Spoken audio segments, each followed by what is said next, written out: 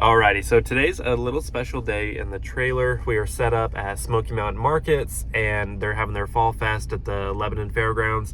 But it's special because today is actually the first day that I'm full-time coffee. I previously, a little background, was full-time graphic design, with coffee just being like the side hobby, a very big hobby. But today I'm switching from graphic design full-time to coffee full-time, so I can put more effort into the business, hopefully help it grow, and create a long-term career out of this, which has been the plan all along.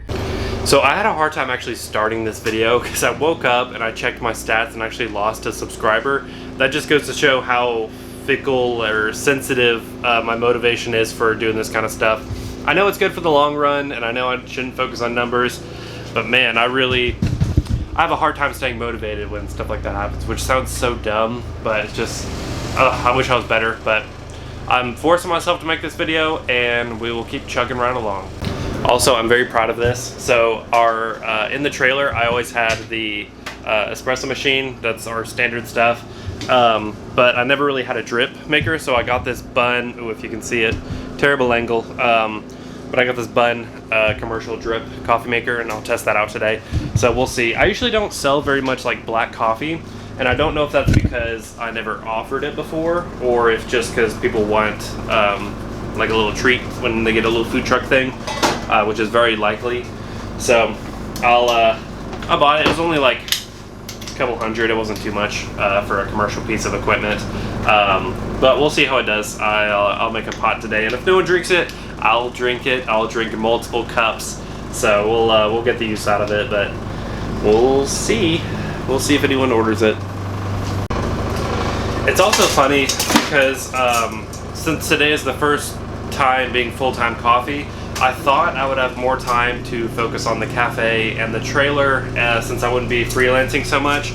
But this week I did like a little test run, and I actually found that I had less time to focus on the cafe stuff, and I let a lot of things slip, like inventory. We ran low on a lot of stuff by accident. I messed up the schedule, so it's definitely not as smooth of a transition as I thought it was going to be, and for some reason I'm actually doing worse at the cafe than I was when I was doing freelancing. But I think next Monday I downloaded Notion, that like organization app, and I'll make a schedule. So like Mondays I'll work on the schedule and inventory stuff, and then like throughout the week I'll have different days to do stuff. I think that'll be better. But man, I really blew it this week. We're going into like a super busy weekend. I was looking at the stats at the cafe, and it's only been like an hour, and we've already had like 30 customers. It's ridiculous. So we're definitely going to run out of ham and cheese. But it is what it is. I'll figure it out. But it's interesting. It actually, this whole thing had the opposite effect of what I thought was going to happen. Well, that's a wrap, and I'm exhausted. Sometimes these 8-hour setups are a bit, well, exhausting, which is weird to say because, I mean, an 8-hour shift, that's common. I've done an 8-hour shift in the cafe, and that's no big deal. But something about a long-term setup in the trailer, it takes a lot. But of course, not complaining, very thankful for the setup, and we turned out to have a pretty good turnout. We had 61 people, even with the rain at the end. And with the rain, I got to get out early, so it's actually an hour early, and I'm packing up now.